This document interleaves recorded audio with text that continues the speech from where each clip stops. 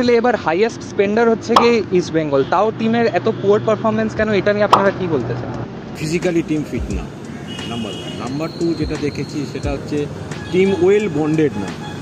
আর number three, আমি একজনকে দেখি যে লিডার, যে সবাইকে একসঙ্গে স্টিমুলেট করে আগে নিয়ে যায়, তেমন কেউ নেই। ফোর্থ, ইনিশিয়ালি আমরা ভাবছিলাম যে আমাদের অনেক সাবস্টিটিউট প্লেয়ার আছে সব পজিশনে, সেটাও নেই। কারণ এই সাইড ব্যাকের এটা প্রবলেমটা এত ডমিনেন্ট হয়ে গেছে যে মনেই হচ্ছে যে যাকে যাকে নাহলে লাল চিলুঙ্গাকে সাইড ব্যাকে খেলাতে হচ্ছে যে স্টপারের।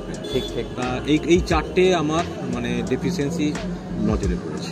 ফিটনেসের অবস্থা লাস্ট দুটো ম্যাচে দেখতে গেলে খুবই খারাপ ছিল। তো মানে টিমের প্লেয়াররা 1 ঘন্টা খেলতে না খেলতে হাঁপিয়ে যাচ্ছে।